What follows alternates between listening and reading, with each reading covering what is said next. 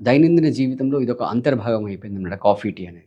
So, హెల్తీగా ఉంటే ఈజీగా తాగేసుకోవచ్చు. తప్పేం లేదు. బట్ డయాబెటిస్ వాళ్ళు తాగొచ్చా? లేదా? అనే దాని గురించి క్వెషన్. అసలు డయాబెటిస్‌కి ఈ మిల్క్ ప్రొడక్ట్స్‌కి ఉన్న బేసిక్ రీజన్ ఏంటి అంటే, మిగతా ఫుడ్ ప్రొడక్ట్స్‌తో కంపేర్ చేస్తే ఈ మిల్క్ ప్రొడక్ట్స్‌లో బేసిక్‌గా షుగర్ అనేది లాక్టోస్ ఫార్మ్‌లో ఉంటుంది.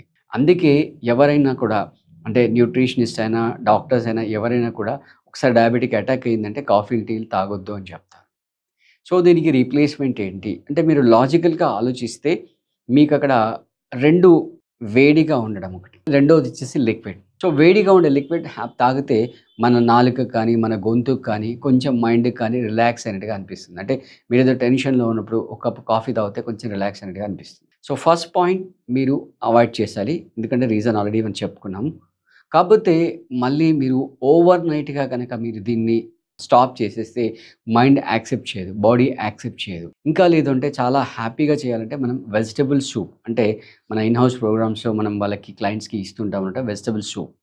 సో, వెజిటబుల్స్ అన్నిటిని కూడా బాయిల్ చేసి దాన్ని మిక్సీలో పేస్ట్ చేసి మళ్ళీ దాన్ని బాయిల్ చేసి ఓ వెజిటబుల్ సూప్ అనేది ఇస్తుంటాం. చాలా చాలా హ్యాపీగా తినేసుకోవచ్చు. యాక్చువల్‌గా దాన్ని బ్రేక్‌ఫాస్ట్‌కి రిప్లేస్ చేస్తుంటాం అనమాట.